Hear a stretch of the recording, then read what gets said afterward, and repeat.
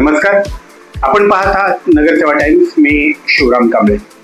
आजची सर्वात मोठी बातमी आहे, पुणेकरांसाठी अतिशय महत्वाची बातमी आहे.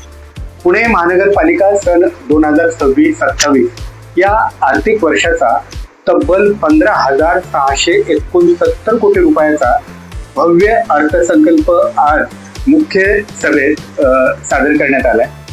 स्थायी समितीचे अध्यक्ष श्रीनाथ ढिमाले यांनी हा अर्थसंकल्प मांडलाय.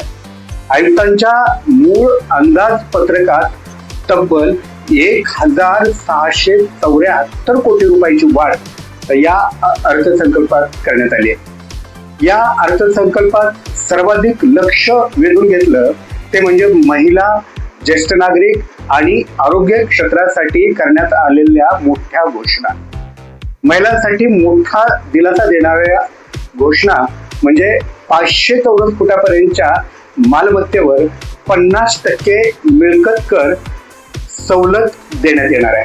तसंच शहरातील 75 शाळांमध्ये मुलींसाठी पिंक रूम आणि महिलांसाठी 100 स्वतंत्र सार्वजनिक स्वच्छतागृह उभारली जाणार आहेत. ज्येष्ठ नागरिकांसाठी ही आनंदाची बातमी आहे. PMP प्रवासात त्यांना तब्बल 50% सवलत आता इथून पुढे मिळणार आहे. आरोग्य क्षेत्रातही मोठा निर्णय घेत जी यापूर्वी आपण शहरी गरीब योजना म्हणत होतो, त्याच योजनेला आता अजित पवार शहरी गरीब योजना असं म्हटलं गेलंय आणि या योजनेअंतर्गत तब्बल 150 कोटी रुपयाची तरतूद करण्यात आली आहे. कॅन्सर आणि डायलिसिस रुग्णांना 3 लाख रुपयापर्यंत मोफत उपचार मिळणार आहेत. त्याचबरोबर गंगाधाम परिसरात MRI आणि CT स्कॅन सुविधा तसेच महापालिका रुग्णालयामध्ये IVF सेवा सुरू करण्याची घोषणा करण्यात आली आहे. आता बोलूया पुण्याच्या सौंदर्यीकरण आणि पर्यटन विकासाबद्दल. शहरात तब्बल 50 लाख झाडं लावण्याचं उद्दिष्ट ठेवण्यात आले. दुबईच्या धर्तीवर मिराकल गार्डन आणि नमो गार्डन उभारण्याच्या घोषणा करण्यात आली आहे. सारसबागेत काचेचा पूल तसंच सारसबाग ते पर्वती दरम्यान रोपवे प्रकल्पही प्रस्तावित आहे.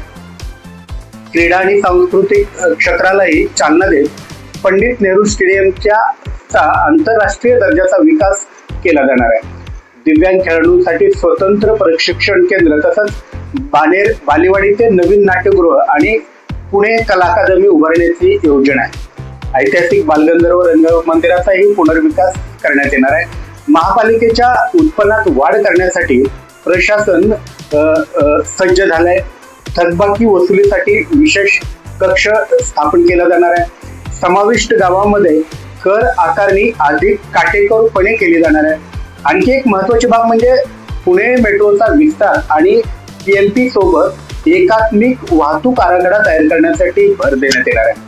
एकंदरीत हा अर्थसंकल्प मध्यमवर्गीय नागरिक, महिला सक्षमीकरण आणि आरोग्य सुविधांना प्राधान्य देणारा असून पुण्याला ग्लोबल सिटी बनवण्याच्या दिशेनं एक मोठं पाऊल मानला जातोय.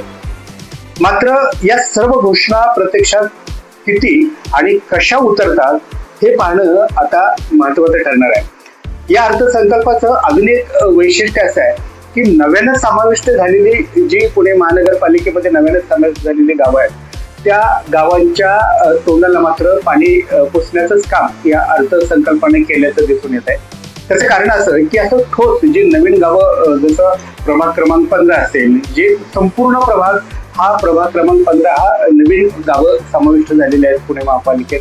अशा काही प्रभागाला जी नवीन समाविष्ट झालेली गावं आहेत या गावांना मात्र फारसं काही मिळाल्याचं या अर्थसंकल्पामध्ये दिसत नाही. त्यामुळं एका अर्थानं आपण जर असा विचार केला, असं जरी आपण एका अर्थानं म्हटलो की हा अर्थसंकल्प नव्यानं समाविष्ट झालेल्या गावांवरती अन्याय करतो असं म्हटलं तर फारसं काही वावगं ठरणार नाही. अशाच बातम्यांसाठी पाहत राहा नगरसेवा टाइम्स. ही बातमी आपल्याला कशी वाटली ते आम्हाला नक्की कळवा. नमस्कार.